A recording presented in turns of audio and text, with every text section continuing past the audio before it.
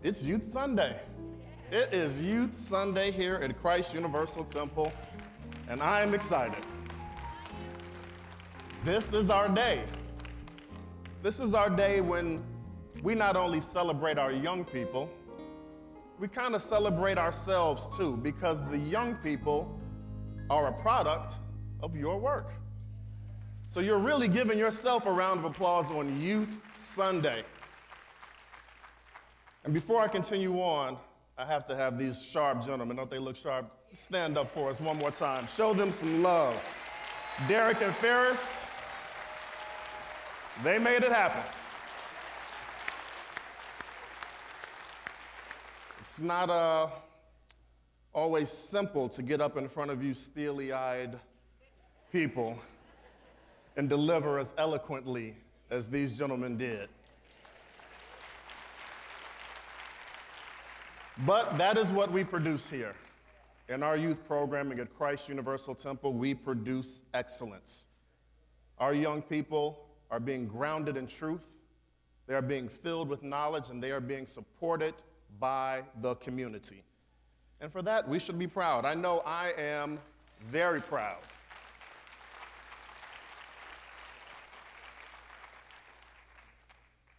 And before I get into the lesson, I do want to put out a little bit of an advertisement.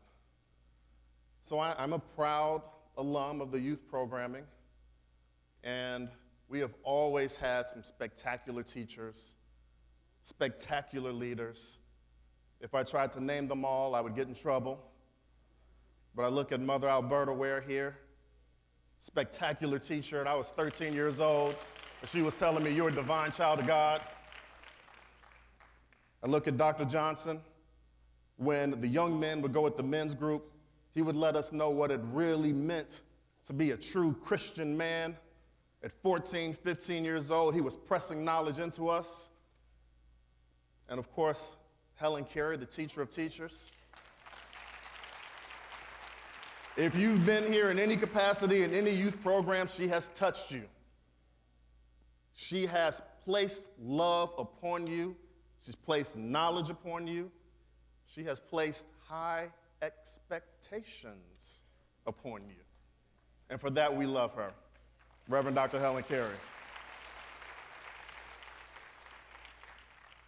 So this is where I first learned how to bring dreams into reality. And last week, Reverend Wells re-engaged us in a tried and true Christ Universal Temple Better Living tool. It is the Dream Series. The Dream Series. And because I was speaking, I invited some of my friends, went on Facebook and said, "Hey, come to church. I'm going to be speaking." And two people asked me, "When you say Dream Series, what do you mean? Are you guys interpreting dreams?" They asked that in kind of different ways, like, what's going on with these dreams you guys are talking about? And I said, "Just please come. I will explain it. But we're not doing any dream interpretation from, at least I'm not, today. This isn't the type of dream where you have eaten too much spicy food, you went to Pepe's, fell asleep, all sorts of crazy thoughts coming in your mind, and you're waking up. It's not that type of dream.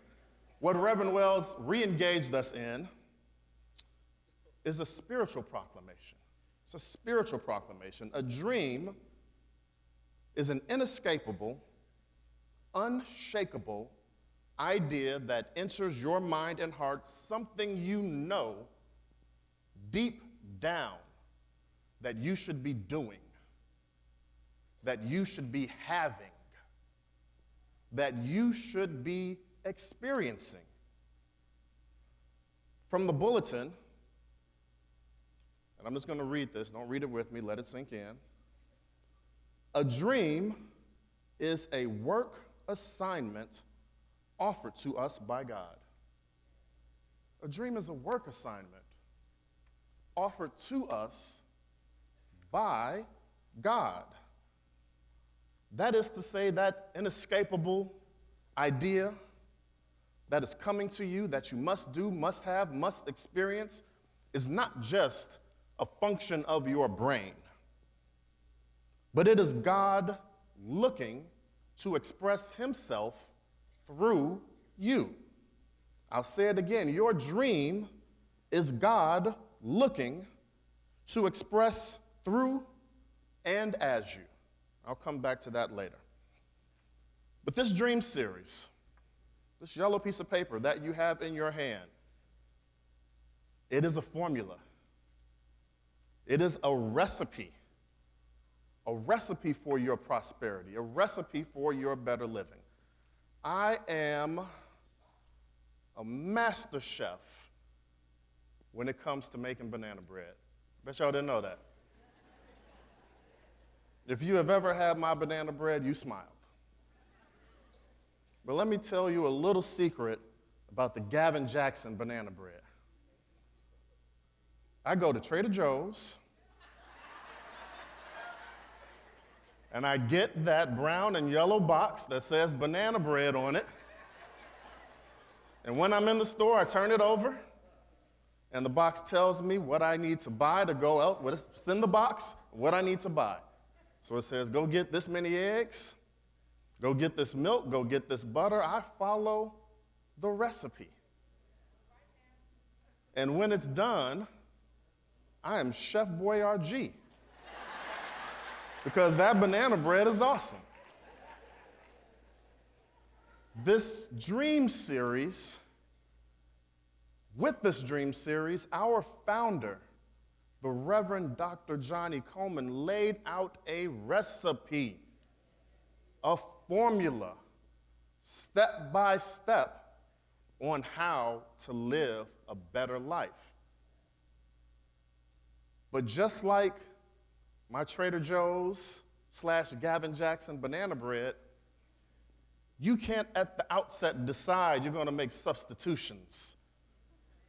You can't say, I'm going to do things out of order. I'm going to preheat my oven to 425, even though it says 325, because that'll be a little faster. I'm going to use margarine instead of butter. It'll taste the same. I'm going to use 1 egg instead of 2 eggs, because I'm going to save a couple dollars. When Reverend Coleman laid out this recipe, it has been proven. There are thousands of testimonies from people that have followed this dream series to the T and have had the miraculous happen in their life. If you have ever done the dream series before and you've had something show up and appear, just raise your hand. I know there's somebody in here that's done it. Look around. These people have no reason to tell you anything funny. They've walked through it. They followed the steps. They didn't make any substitutions, leave anything out. They said, I'm going to learn how to do this, and after I take a step, maybe I'll do my own. But if you want to try it and true, follow the recipe. It has worked for thousands. It will work for you. So in review from last week, Reverend Wells gave us the first 2 steps, desire and decision. And Rev told us that desire should be recognized and acknowledged as God looking to express through and as you. And he said, go ahead and accept that.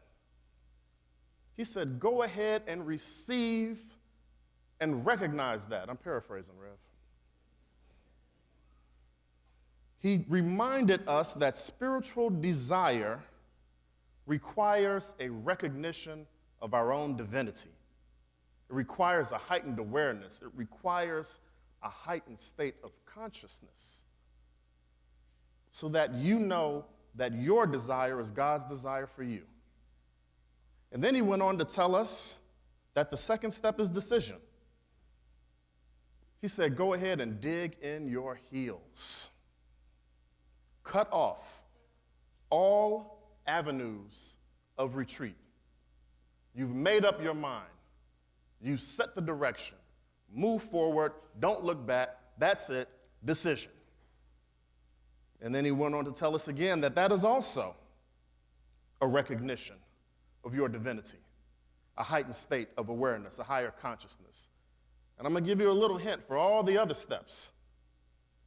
They're all acts of recognition of your divinity. They're all acts of a higher state of consciousness. So today we are going to go through asking. And if you've got a pen or a pencil, take it out. We're going to have a little class. And I really had to focus when I said ask. I'm thinking of Reverend Carey saying, if you say ax instead of ask, she'll love me up when I come off of this platform, but she will remind me of how to properly enunciate these words. Ask. Ask. I got it. From our bulletin, the bulletin tells us to ask means to claim, invite, and demand. It also tells us that to ask is to declare what is already true spiritually. So to ask in the sense of this recipe isn't just asking. I could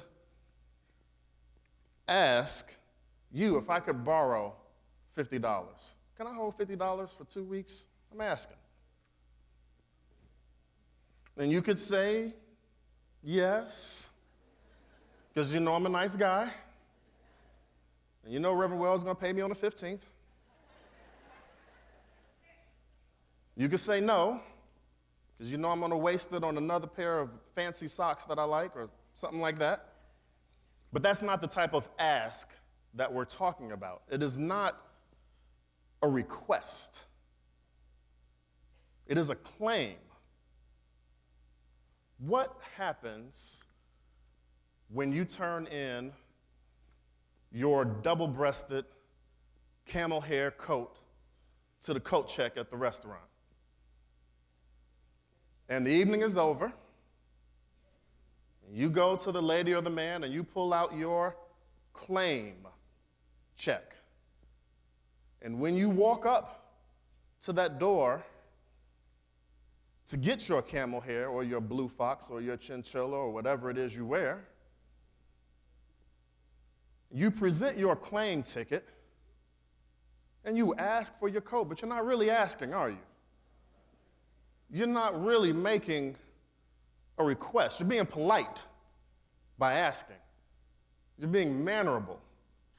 What you are doing is saying that I know what you have back there is mine.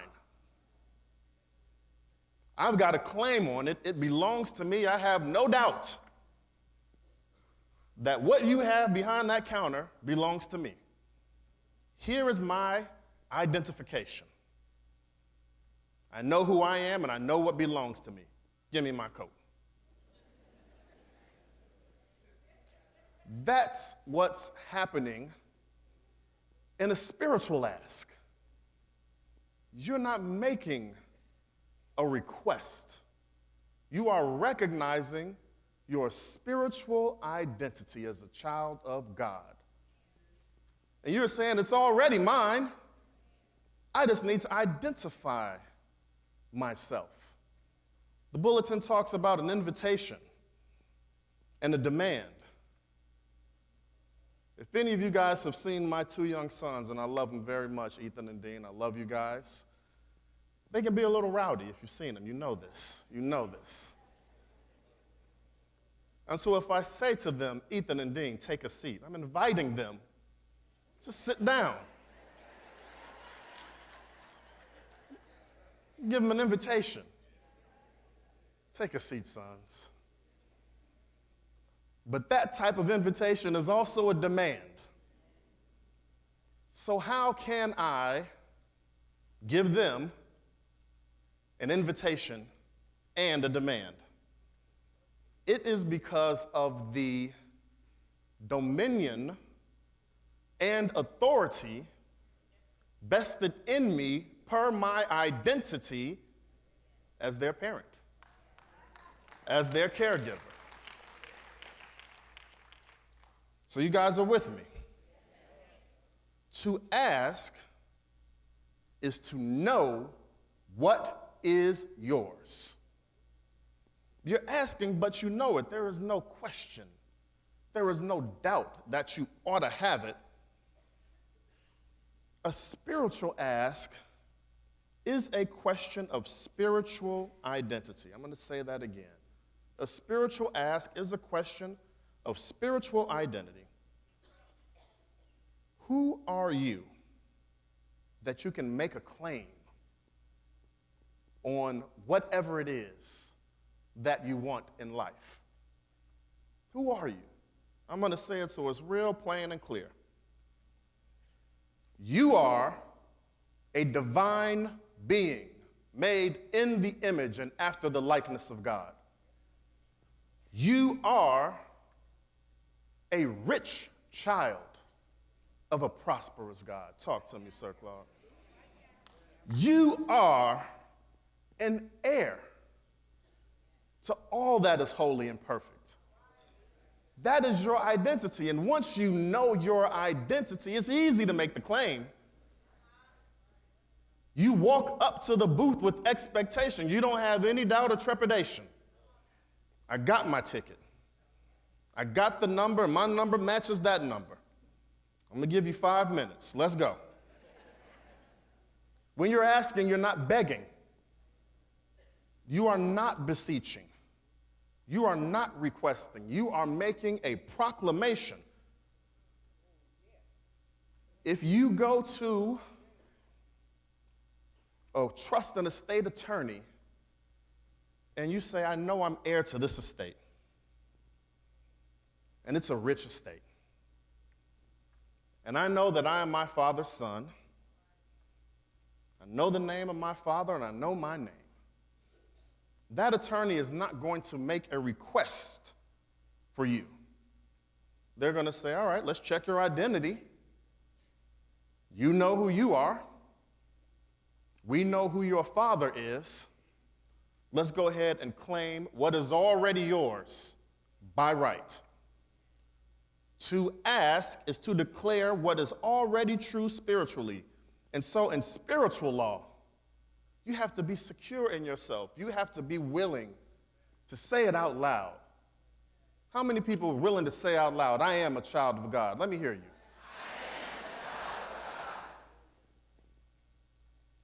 Did you hear that, Reverend? I didn't really hear that. It was a little lukewarm. Because you got to get used to walking in it. You can say it here today, but you should really say it every day, all day. I am a child of God. Let me hear you. That's your identity, and everything flows from that. Your claim and demand flows from that identity. And let me just throw a little caveat in here. Be specific. Be specific and careful in what you ask for. Be real specific. The more specific, the better. Sometimes we ask for what we think will get us what we really want to ask for. Are you with me? So sometimes we'll say, I want a good job. But really what you want are all your bills paid and no debt and money flowing regularly, and that your income always exceeds your expenses. But you'll say, give me a good job, but you may not want to work.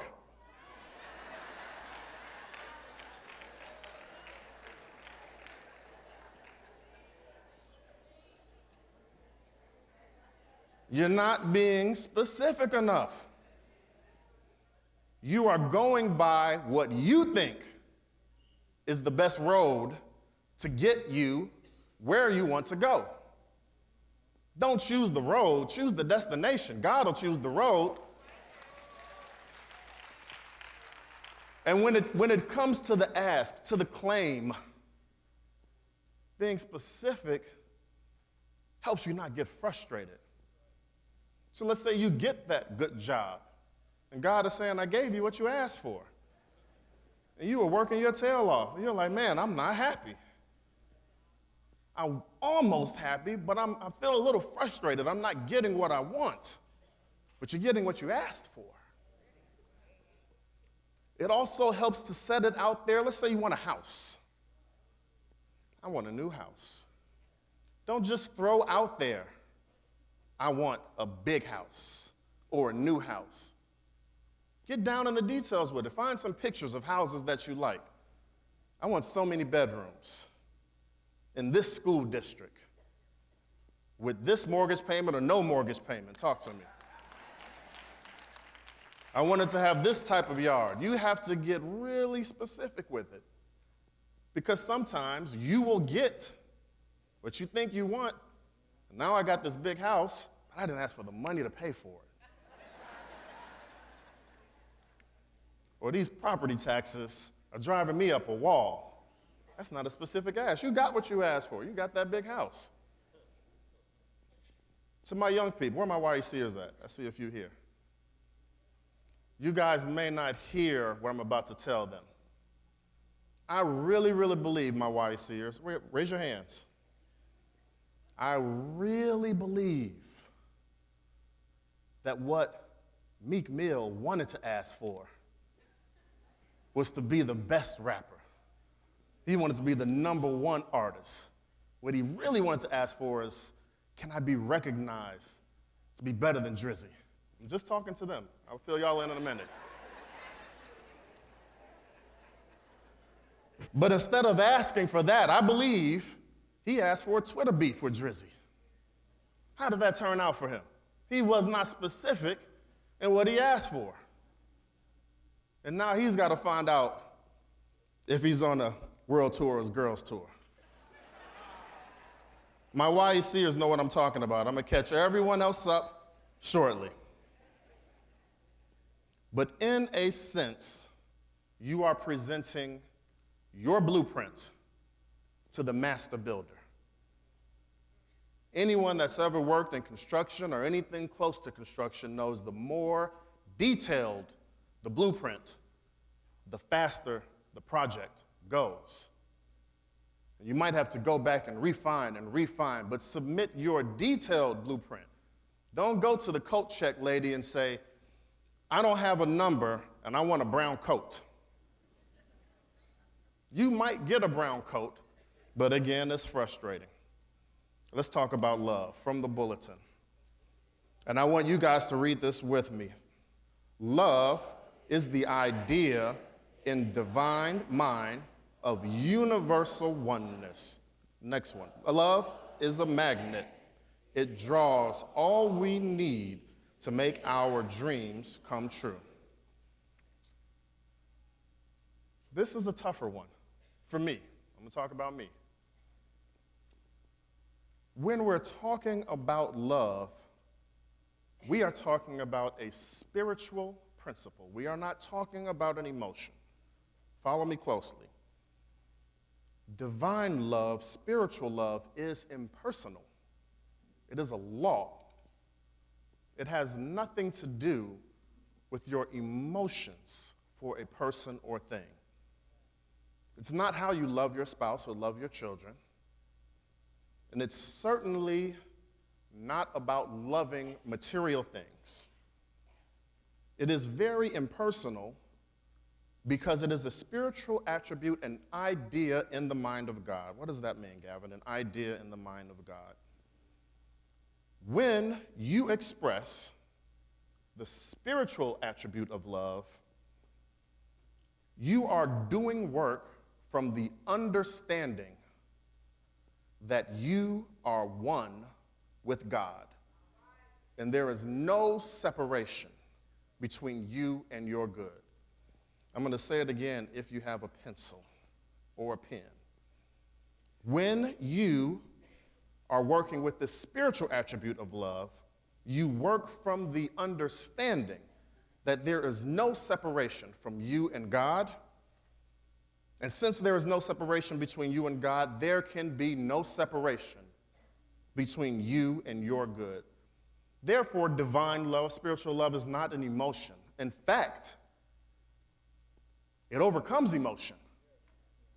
It can calm the storm. It can ease the journey when you are looking at a thing, looking at a project, looking at people. You don't see them as someone that you have to work with, who gets on your nerves every day. You say, you know what? God is in you and God is in me, so this separation isn't real. Let me work from the understanding that there is only one presence and one power, and we are all expressions of it. So this separation is an illusion. Please let me recognize this is an illusion because I'm irritated. That's love. That is love.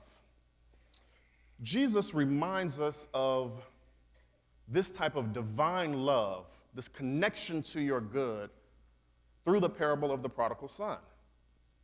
Most of us know this story. Prodigal son. Everybody's heard prodigal son, prodigal son, prodigal son. What happens? The son takes his money early, right? And he goes and he kicks it. I got my inheritance early. He travels. He's popping bottles. He's making it rain. Or whatever the Hebrew equivalent of that was. He's enjoying himself. He's kicking it. And then what happens? He's broke. In a famine, out of money. I'm sure the friends are gone. When the bottle stopped flowing, the friends stopped showing. And he's destitute. And so he's fallen on harder and harder times. And in the parable, Jesus said he's forced to sleep with the pigs and eat what the pigs are eating. And it's important to take a look at that because in Jewish culture, a pig is like the most disgusting thing.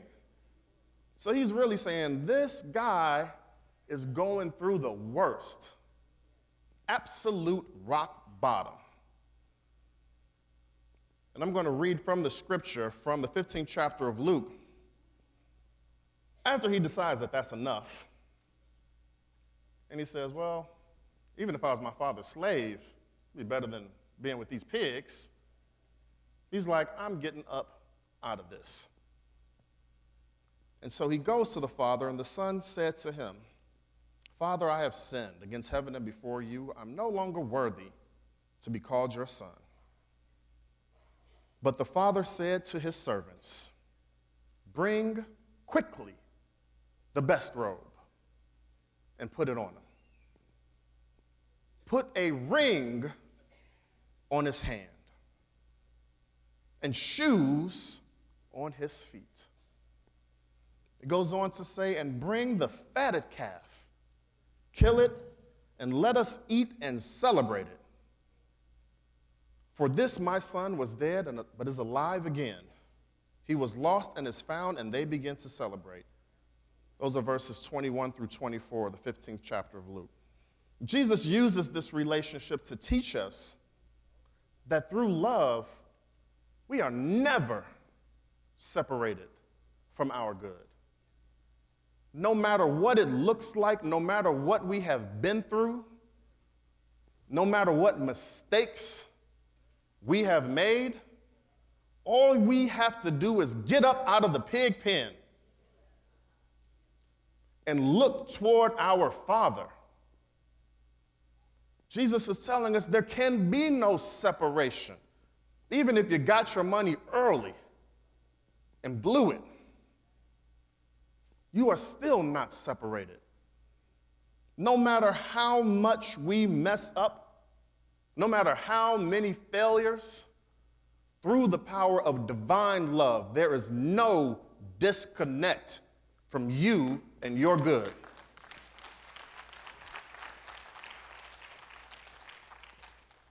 And before those verses, it says, talking about the son, and he arose and came to his father. But while he was still a long way off, his father saw him and showed compassion and ran and embraced him. So you might feel like you're a long way off from your father. You might feel like you're at a distance from your dream. But Jesus is telling us through this parable that as soon as you turn toward him, he runs toward you. The distance closes as soon as you change your mind. Reverend Wells always says God is as instant as you are. The instant he decided to get up out of the pen, that is, raise his consciousness to the awareness of his what? Identity. Wait a minute, I'm still my father's son. As soon as he starts walking toward the Father turns to him. Divine love, as we say when we give our offering many times, divine love through me blesses and multiplies all that I give and all that I receive. Why do we say that? Sometimes we just say it like robots. Divine love through me blesses and multiplies. We've said it so many times, we're not paying attention that divine love is a blesser and a multiplier. The knowledge, the awareness, the acceptance that there is no separation from you and God is the multiplier. You're not really giving anything. How can you give when God is the source? You are the channel for the flow. And as you let it flow in love, you're blessed, and the blessings are multiplied. Before I run out, I want to make sure I give a caveat to this too. There is a lesser talked about son in that parable. He's a bit of a hater. The son that doesn't take the early inheritance, he's drinking Haterade all day. He turns and he's like, wait a minute. This sucker done spent all his money. He's coming back and you're celebrating him. Meanwhile, I've been here. I'm doing everything I'm supposed to do. Doing all the work, follow all your rules. What is going on? And he's feeling some kind of way about the brother doing his way, getting his blessing, and he's doing all the right things, and he's feeling he's getting no blessing. Are you with me? Do you remember the story? He says, you have given him the fatted calf, and I can't even get a young goat. I read the words, New Standard Revised. I can't even get a young goat. And his father said to him, and this is important, this is it. Son, you are always with me, and all that is mine is yours. So this story, or this part of the parable, is to remind us, number one, don't base your dream on what you see someone else doing.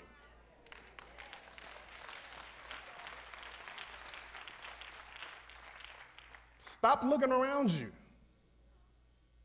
Stop basing your decisions and goals on what you see other people have, or really what you think other people have. A lot of people fronting out here. A lot of folks. You getting all twisted up and trying to be like someone. What, because you saw them on Instagram with looking fly? These folks are going out, look. Talk to my young people again. These folks are on IG in the best clothes that they have, all the jewelry they have and all the jewelry their friend has, in the car that they got from their mama or their mama's best friend, or they rented, and they will sit and take a selfie that just captures that. And then they go home and struggle. They can't even feed themselves the next day. Meanwhile, you're here in church every Sunday doing the right things, learning what you're supposed to learn, getting the foundation of truth, going to school, going on trips, getting extra credit. Don't look at these people and say, man, that's what I want, because I've seen a picture of it, and that looks right. That dream, that goal is going to come quietly through you. The distractions of other people's goals are just that. They're a distraction.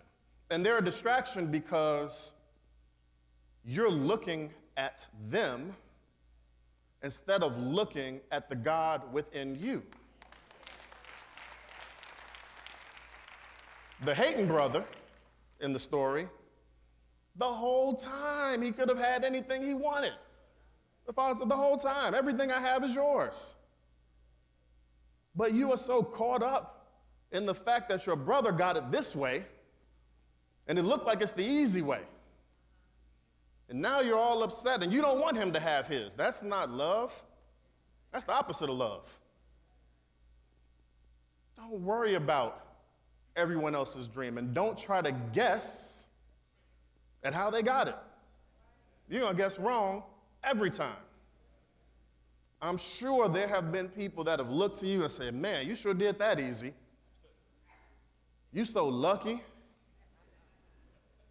Or what's the favorite? Man, must be nice. People say that in a real snide way. Man, must be nice.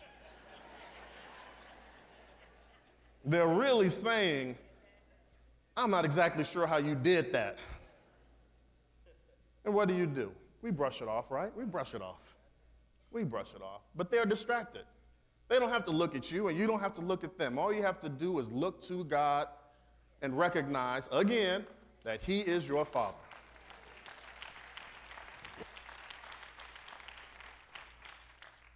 Through the expression of spiritual love, like the prodigal son, reunited to his father, you are magnetized, drawn, united to what is already yours. The bottom line is that you cannot be separated from your good. The truth, the answer, the bottom line is that what you are searching for, what you're looking for, I'm not going to say we're searching for you, but that's a good one too. I want you to know that it is not an earthly thing. You think that you're searching for the good house, and you are, or you're searching for the unlimited income, or the right relationship, or the perfect health experience. But in that search, we must recognize that there is no presence, power, or thing outside of God. So that what you're searching for isn't the thing is an expression of universal mind. The thing is an expression of God. So since there is no power but God, no presence but God, no energy outside of God, all things that have existed or will ever exist are pressed out of the substance of God. If you want a real breakdown on that, JCI registration starts today. All these teachers and ministers up here will set you straight on that. So you're not asking for a thing, a new thing. What you are asking for, what I am asking for, is a new you. You are asking to be transformed, reborn. You are asking to be transformed by the realization that you are a child of God divine. The ask and the expression of love is when you hear, be ye transformed by the renewing of your mind. If the old you is asking for new stuff, you are going to be waiting a long time. Old you can't get new stuff. Old Gavin can't get new stuff. Only new you gets new experiences, new wealth, new health, new happiness. You must be transformed and reborn in the knowledge that you are divine. And you have to do it daily. Daily you have to be transformed and reborn. Your mind has to be renewed. That's why it doesn't just say new. It has to be renewed. That's the ask. That is the expression of love. Even in mathematics, 2 plus 2 is going to equal 4 everywhere in the universe. If 2 plus 2 wants to equal 5, it's going to need one new thing. And that's why we call it new thought. Not because what we're doing is new, it's because your thoughts should be renewed on a regular basis. Let the mind be in you that was the mind in Christ Jesus. That is, know that you are a divine son. We talked a little bit about addition, and before I leave, I want to talk about subtraction. It's important for our young people. Jesus said, if the right hand offends you, cut it off. He wasn't really meaning cut off your hand. He's saying, as you become new, cut off the old if it's offensive to you.